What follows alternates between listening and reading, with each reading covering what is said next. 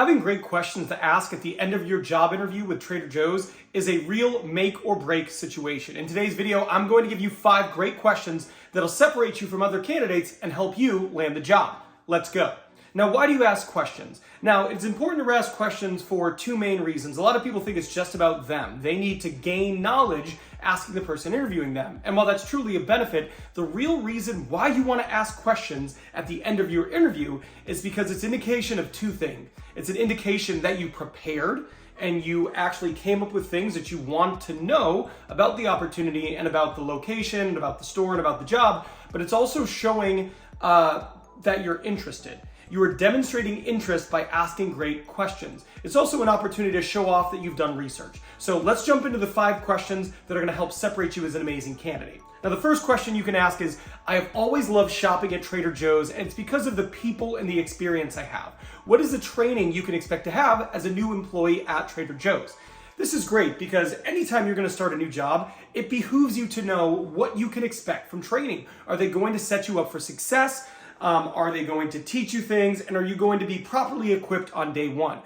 What's really nice about this question, it allows them to visualize you as an employee because they're going to explain to you what training looks like. And allows them to say things like, well, if you were part of our team, what we would do is we'd put you in training and we would have you partner with A, B, and C. Getting them to say that and visualize you as a person who they can hire is a great step to moving towards separating yourself from other candidates. It's also great to have that information. Now, the next question is a great question to ask anybody who is a people manager, and it's what makes you the most proud of your team? This is important because you want to know if this is actually a person you want to work for. Maybe Trader Joe's is a great job with good pay, good benefits, and a great environment. But if the store manager who you'd be working for isn't a great store manager, the job won't be as good.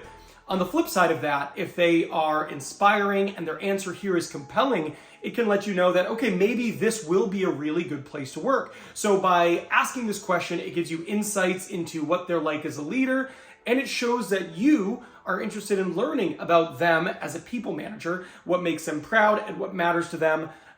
It's also great because they're going to say some things like, well, I'm really proud of this, this, and this. And if there are any further steps in the interview process, you know what matters to them and how you can maybe shift some of your answers to demonstrate that the things that make them proud, you already do those things. The next question is a question I love to ask, and it is, what is the most challenging part of being a team member at Trader Joe's? Most hiring managers, recruiters, HR people will not be expecting this question. They expect you to ask questions like, what does the day of the job look like?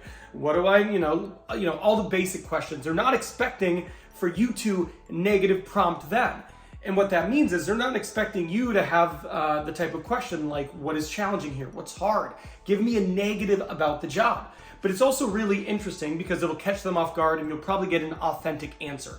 I feel like it's important to know what they feel that is and how they would address that, how they think their staff can overcome those difficulties. So by asking a question like this, you can extract some really valuable information.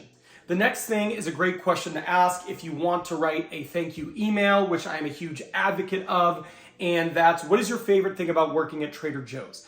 This is a good question to ask because up until this point, if you're asking the questions I'm laying out for you here, you haven't asked them anything about them. Well, this is an opportunity for them to really share about them personally, what they like, what matters to them, where their value alignment is with Trader Joe's. So they can share this, and then later on, when you're writing a thank you email, you can specifically reference what they said during this. You can say, hey, thank you so much for your time. I really appreciate you taking some time out of your busy schedule to chat with me today. One of the things that really left a mark on me is when I said, what's your favorite thing about working at Trader Joe's? You said that you're really passionate about A, B, and C. I love that answer, and it made me even more interested in this role. If you have any questions, please let me know, right? That is a great way to write a compelling thank you email.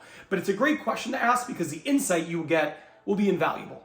Now, Trader Joe's, they don't have typical values. They have 7 golden rules. So the next question that I want you to ask actually plays off the golden rule concept that they have at Trader Joe's. So that question is, I really love the 7 golden rules for Trader Joe's. Specifically, produce customer wow experiences. As someone who has shopped at the store many times, I feel like I've experienced that. Can you give me a few examples that stick out to you of wow experiences that your team have provided customers?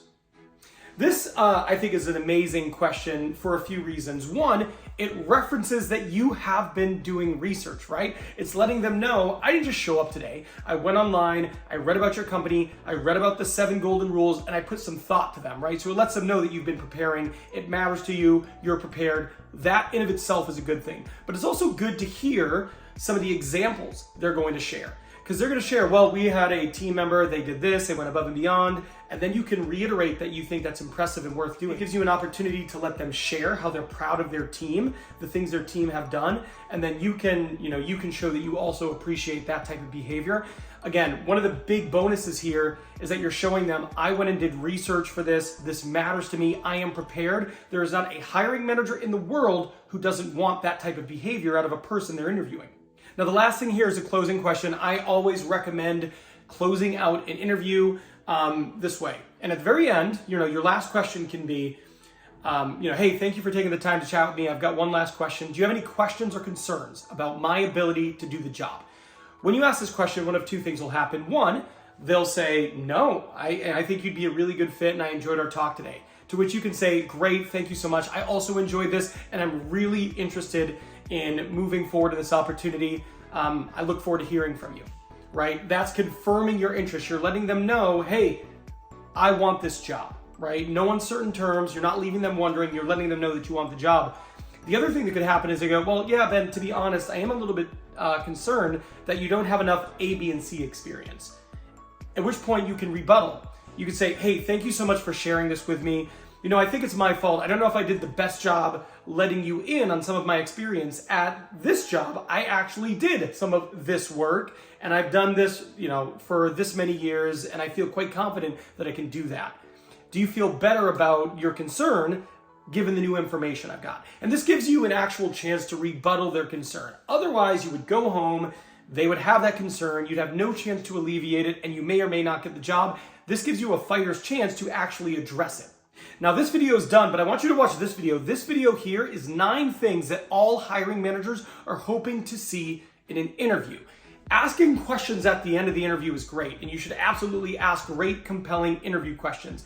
But the rest of the interview, if you say some of these things, you are absolutely going to differentiate yourself as an amazing candidate. So this video is done, but go check this one out now.